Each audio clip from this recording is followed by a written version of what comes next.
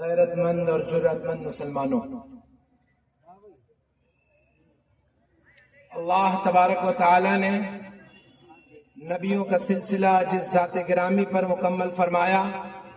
وہ ہم سب کے آقا تاجدار مدینہ شہنشاہ بطحہ سرور کونین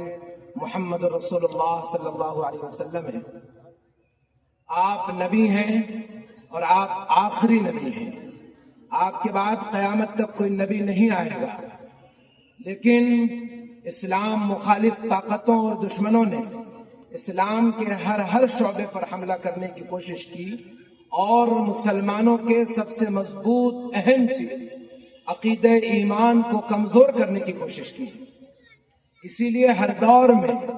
دور نبوت سے لے کر ہر دور میں، ہر زمانے میں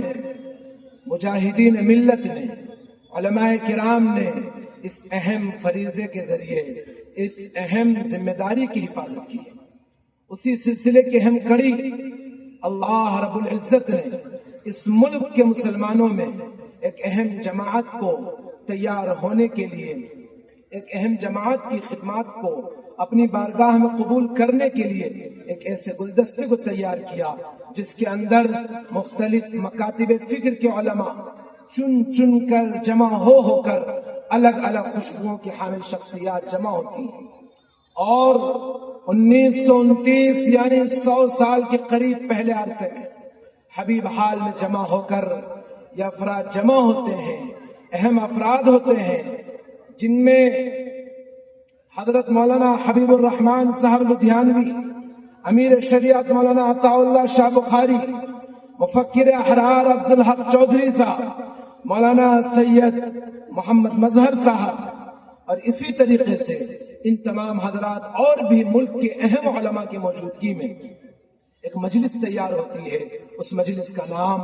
مجلس احرار اسلام ہند رکھا جاتا ہے، اور تاریخ یہ بھی کہتی ہے کہ اس نام کو جس شخصیت نے تجویز کیا ان کا بھی اس ملک کے اوپر بڑا احسان ہے، وہ ہے حضرت مولانا ابوالکلام آزاد۔ یہ جماعت تیار ہوتی ہے، اس کے سامنے کئی بڑے چیلنج ہوتے ہیں، اور سب سے بڑا چیلنج انگریزوں نے یہاں کی تمام روایتوں کو ختم کر کے، اخلاقی اقدار پہ حملہ کر کے مسلمانوں کے دلوں میں، مسلمانوں کے ذریعے اور یہاں کے آپس کی قوموں میں اس درجے نفرت بھر دی تھی اور اس پورے ملک کو غلام بنا دیا تھا۔ اس جماعت کے افراد نے